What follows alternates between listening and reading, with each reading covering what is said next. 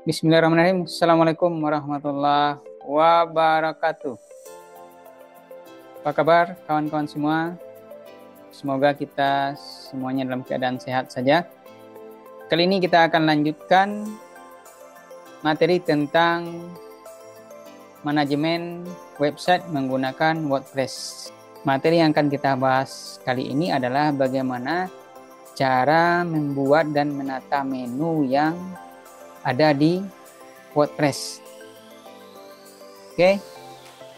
Selain itu, pada pembahasan kali ini juga kita tambahkan tentang bagaimana cara membuat header di WordPress. Baik, untuk berikutnya siapkan laptop, buka website WordPress yang sebelumnya sudah dibuat, dan mari kita lanjutkan. Hari ini kita akan coba membahas tentang fungsi dari menu pada website.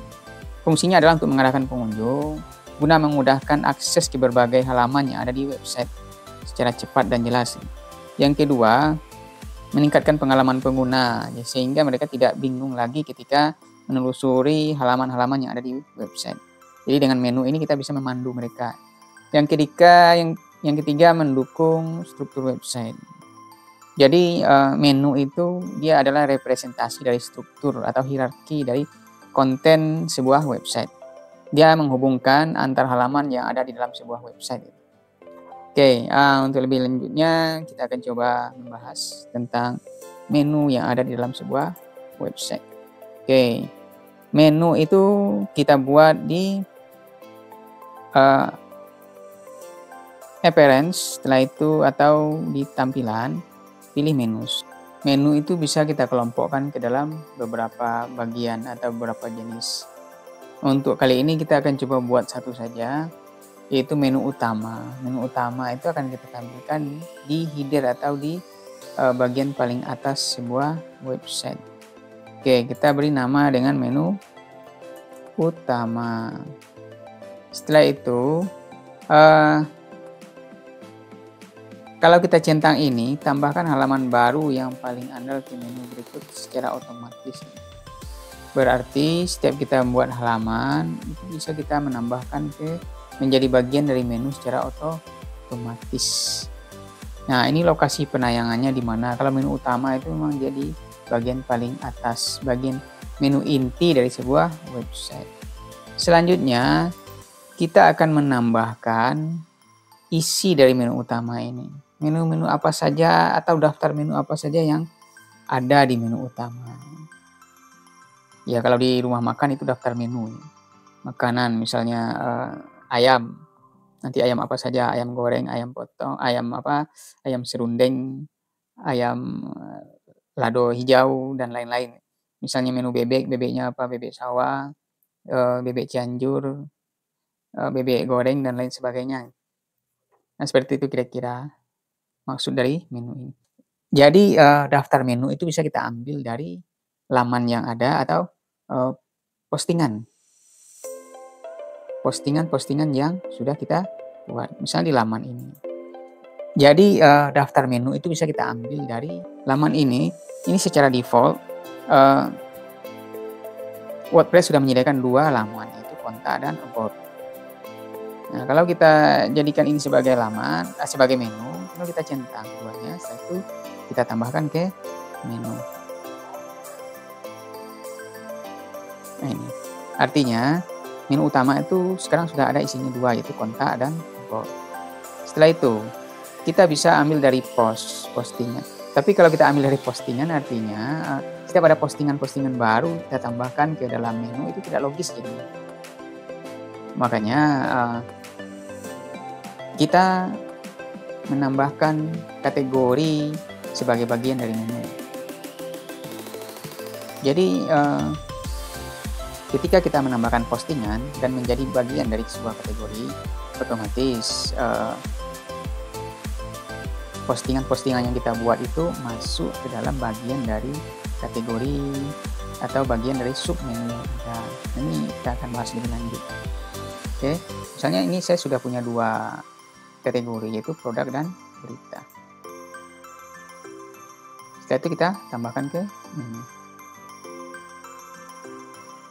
Ini sudah ada 4 menu yang dimiliki oleh menu utama ini. Kontak, about, produk, dan berita. Setelah itu tinggal kita simpan ini.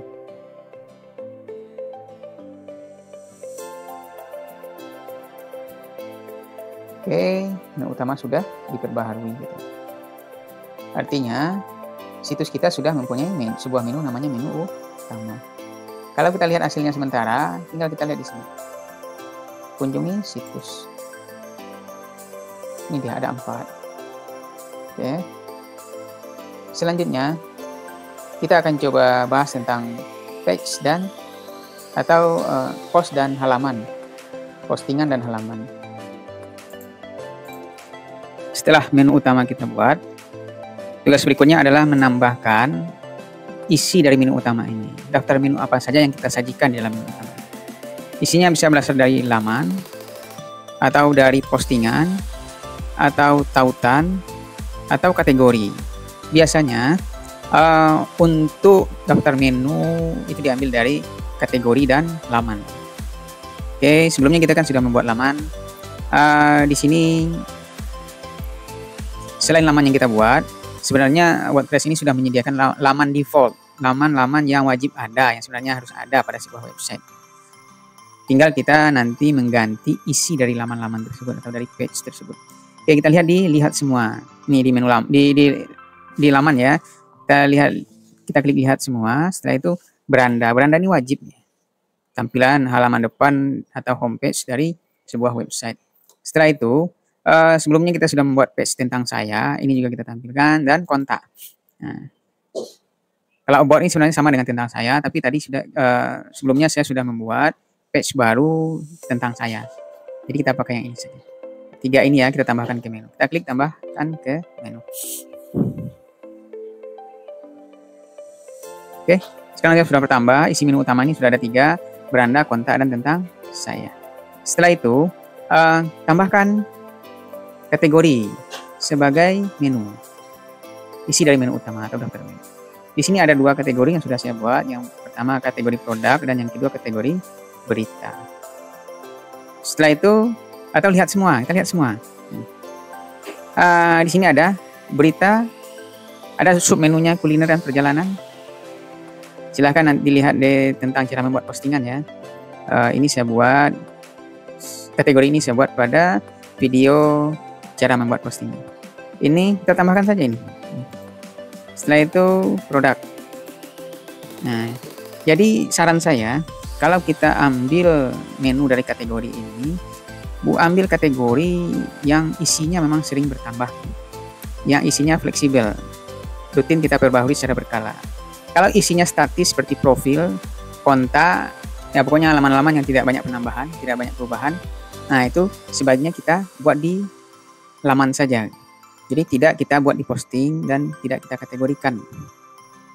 Oke, nah ini saya menambahkan, ya artikel lepas juga saya tambahkan.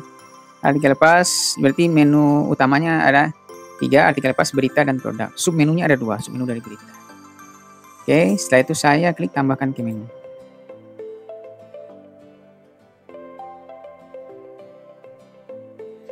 Oke, sekarang kita sudah punya 3, 4, 5, 6, 7 menu. Isi dari menu utama itu sudah ada 7 buah menu. 8. Ini. 8 dan yang 2 buah adalah sub menu. Oke, kalau sudah, tinggal kita simpan. Tinggal kita simpan.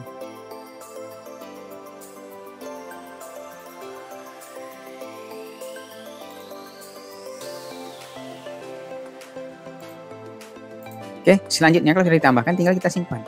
Klik simpan menu.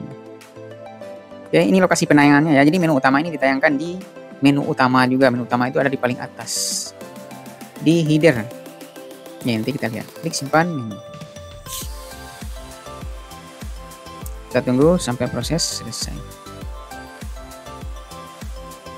Oke, sudah. Artinya semua laman dan kategori ini sudah ada di menu utama. Bagaimana cara melihat hasilnya? Kalau untuk melihat hasil sementara, kita tinggal klik ini. Kunjungi situs. Ini ada berapa? 1, 2, 3, 4, 5, 6, 7, 8. Ternyata kuliner dan perjalanan ini dijadikan menu utama yang selevel dengan berita. Coba kita perbaiki. Oke ya. Ini ada sedikit kesalahan yang kita perbaiki. Ini yang mana tadi? Nah, ini kuliner dan perjalanan ini adalah submenu dari berita. Jadi kita tentukan di sini kuliner, kita pilih induknya, induk menunya. Induk menunya adalah berita. Setelah itu perjalanan, induk menunya juga berita. Oke, sekarang kita simpan.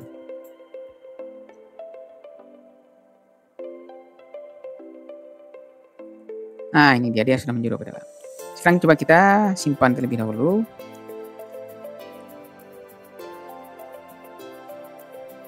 Setelah itu kita lihat hasilnya. Kunjungi situs. Nah, ini dia. 3 jadi 6 menu. Ini tinggal kita klik di sini. Berita ada submenunya kuliner dan perjalanan. Kuliner ya, gratis. Oke. Nah, ini seperti ini jadinya. Kita lihat produk isinya apa saja. Ini adalah postingan-postingan yang sudah saya buat, tapi saya masukkan ke dalam kategori produk. Oke, setelah itu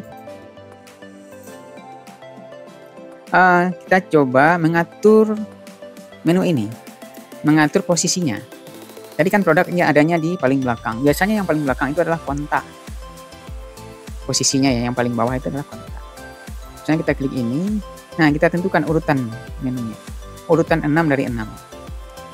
Nanti dia akan pindah ke paling bawahnya. Produk kita jadikan dia di bawah beranda, urutan nomor 2. Pilih urutan 2 dari 6. Mana dia produk?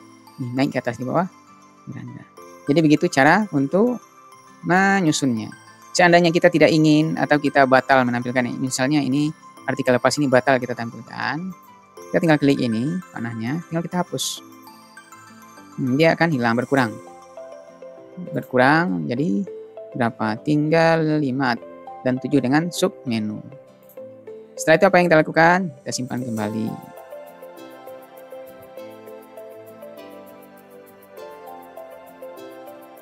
Oke, kita lihat hasilnya. Kunjungi situs. Ini. Jadi hanya 5 dan produk ada di bawah beranda, setelah beranda. Nah, begitu. Nah, dan kenapa ini tampil di halaman depan? Jadi, semua postingan yang kita buat itu akan tampil di beranda. Semua postingan. Jadi makanya kita buat berita atau produk itu menggunakan postingan. Sedangkan yang kita buat menggunakan laman atau page itu dia tidak akan tampil di halaman depan ini. Nah, di beranda ini. Ini tentang saya tadi kan kita bikin menggunakan page atau laman. Jadi adanya di sini saja. Oke, mungkin itu untuk cara membuat dan mengelola menu. Oh ya, ada satu lagi yang mungkin kalau saya bikin video khusus itu sayang juga, yaitu menambahkan header. Header ini kan kosong ini. Oke ya, kita tambahkan header di sini. Kita kembali ke dashboard. Header itu menambahkannya di tampilan ya, atau di appearance. Ini. Nah, header. Oke. Header itu kita tambahkan di sini. Nah, kita tinggal pilih ya. Kalau memang kita tidak ingin repot mencari atau menyajikan gambar sendiri, kita tinggal pilih ini, misalnya ini. Ini kita tinggal klik simpan perubahan. Nah, ini dia. Atau kita tambahkan gambar sendiri, klik tambahkan gambar. Nah, mau nyari gambar dari mana? Ini kebetulan gambarnya sudah ada ya. Coba kita ambil ini. Cuman ukurannya tidak proporsional. Bisa kita seleksi dan kita pangkas. Ini.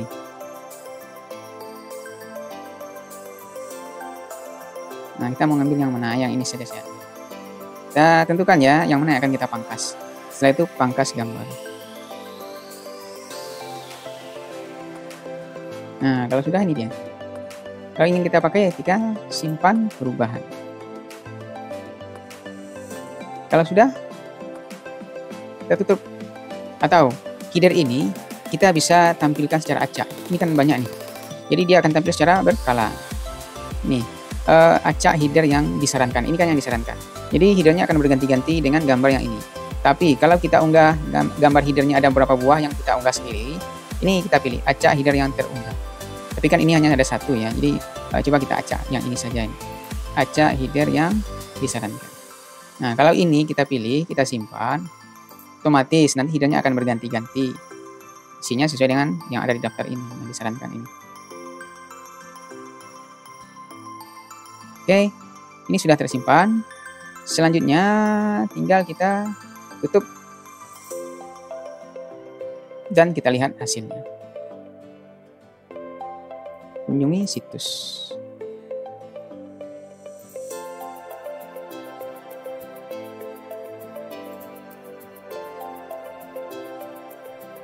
Nah ini, nah headernya sudah berganti-ganti. Oke, seperti itu kawan-kawan semua. Semoga bermanfaat. Silahkan dicobakan, dipraktekkan pada tugas pribadinya masing-masing.